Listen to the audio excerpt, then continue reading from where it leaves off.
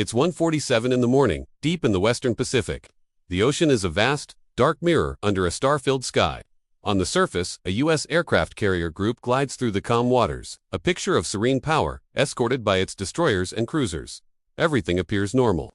But beneath the waves, a silent, deadly tension is building. At 1:50 a.m., aboard one of the destroyers, a sonar operator freezes. A faint whisper on his screen, a ghost in the machine. He leans in, listening. "Sir," he reports, his voice low, faint contact, barely registering. It's not commercial, not marine life, it feels military. The clock ticks. 1:52 a.m., another contact appears, then a third. They're at different depths, moving at different speeds, but they share one unnerving quality. They are utterly silent. The pattern is unmistakable. This is a hunt. By 1:54, the fleet's posture shifts. There are no blaring alarms, no calls to general quarters. This is a quiet, deadly chess match.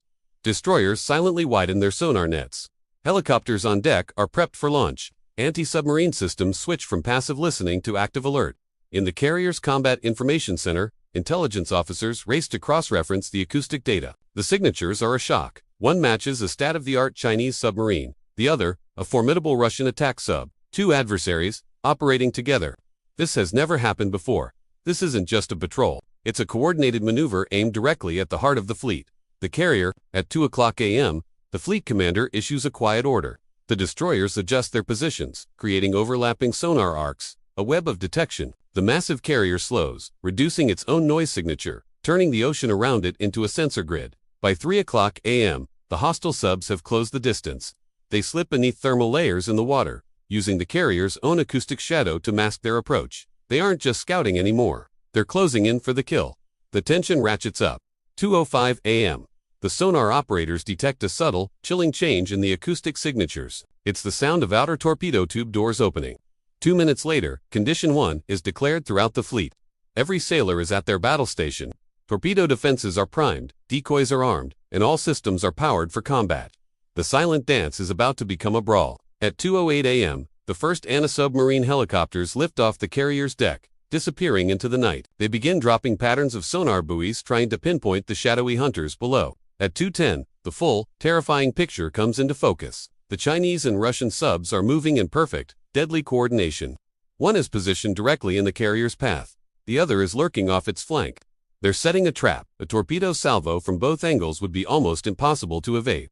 The fleet commander, standing on the bridge, feels the weight of every second. Engage too early, and you risk a full-blown war. Wait too long, and you lose a carrier. It's 2:16 a.m. when one of the submarines suddenly surges forward. A brief flare of sound, then silence again. A feint, or the final move. 1 minute later, the night shatters, torpedo in the water, bearing 310. The call echoes through the combat center.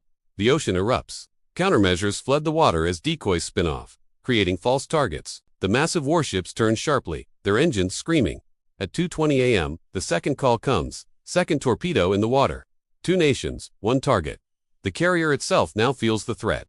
Hull sensors scream as the torpedoes close in, the seconds stretching into an eternity. A massive underwater explosion rocks the fleet. One of the torpedoes has hit a decoy.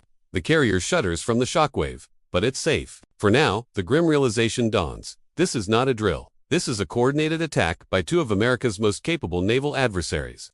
At 2:28, the ocean is a storm of recalculations and engagement solutions. But then, an eerie silence falls. It's not comforting, it's a warning. The hostile subs used the chaos of the first attack to reposition. They're still out there, and the carrier is vulnerable. The helicopters redouble their efforts, dropping more buoys, mapping the depths, trying to find the hunters in the dark. One hostile is deep, the other has slowed. Different tactics, same deadly goal. But the American fleet had a secret of its own. At 2:36 a.m., a third contact emerges from the data, one that had been there all along, a silent guardian, a U.S. Virginia-class attack submarine, the apex predator of the deep. It was already moving, aligning itself with the deeper hostile, the Russian sub. Its movements were silent, measured, and lethal. At 2:40, the enemy launches their second salvo. 2 torpedoes rip through the water almost simultaneously. The fleet reacts instantly. Destroyers accelerate, trying to draw fire. Decoys fill the water. But this time, the U.S. sub strikes back. A silent launch. At 2:45, a deep, muffled explosion echoes through the ocean. The sonar signature of the deeper hostile, the Russian submarine, vanishes. The pressure shifts with its partner gone. The remaining Chinese subsurges, suddenly aggressive, desperate. The destroyers and helicopters close in, tightening the net. The carrier maneuvers, deploying a moving wall of decoys. At 2:59, the U.S. submarine fires again. A single torpedo races through the dark water. The Chinese sub's countermeasures and evasive actions are futile. At 3:01, a final, violent explosion rips through the sea. The sonar screen clears. The second hostile is gone. The battle is over. The ocean falls silent. The fleet holds its position, weapons still armed, helicopters still patrolling. Victory demands caution.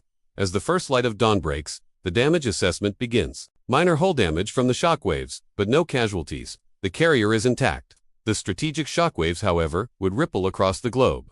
2 submarines, one Chinese and one Russian, had launched a coordinated attack on a U.S. carrier group. Neither of them returned.